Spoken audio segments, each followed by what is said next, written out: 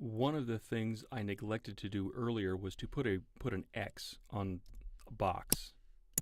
Okay, by putting an X on one of our boxes, it indicates that, you know, it's a placeholder, and eventually a graphic image of some kind, a photograph or some sort of chart perhaps, might go in here.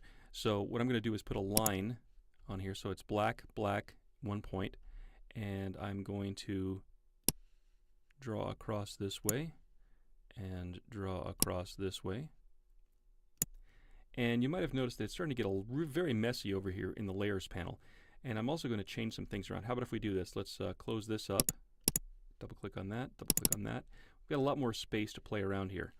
So I'm going to go get the move tool, and I'm going to click on this box. So these are the two lines up here, shape 2 and shape 3, and then this rectangle is now part of that little group there. So what I'm going to do is I'm going to drag this layer up here underneath. Now, be advised, if you drag it too far and you go to the top, it's going to cover up the lines. Okay, so whatever is closest to the top of the stack is physically closest to you here. The farther down it is in the stack, the farther it is away from you over here. Very simple. So I'll drag this down underneath so I can see these two layers on top.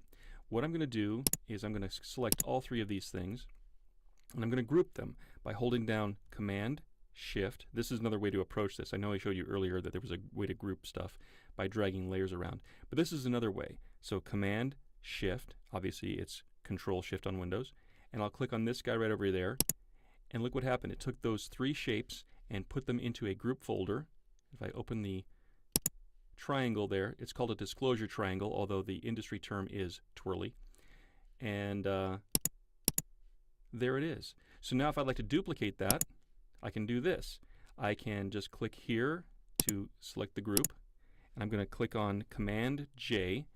Now I've duplicated this, so now what I should be able to do is to pick them up and move them over, but it doesn't really work that way. So here's what I recommend doing, and that is use your arrow keys. So if I want to duplicate this guy over here, I will hold down the Shift key and then click my arrow keys, and it moves all of them over like so. And I can even use individual arrow keys. There we go. There's my duplicate. I will get rid of this guy, so I'll hit, I selected it, and I'll hit delete.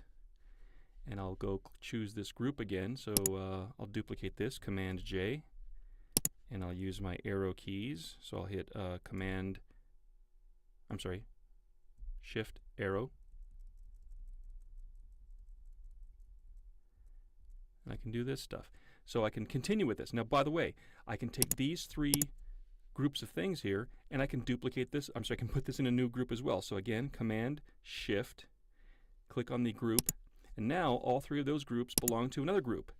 So now I can take this group here, I can duplicate this, and I can hold Shift and drag this down this way. So it's a little more cumbersome using the arrows a little bit, but you can work pretty quickly this way. And let's see, that's group 2. Let's see, this is group 2. Okay, so I'll probably put this up here at the top, and then I'll call this one, actually we can relabel this row 2,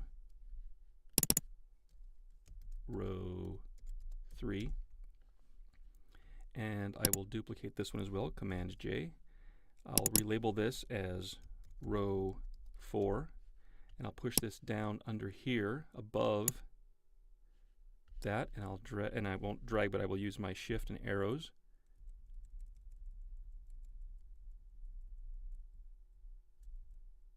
Good.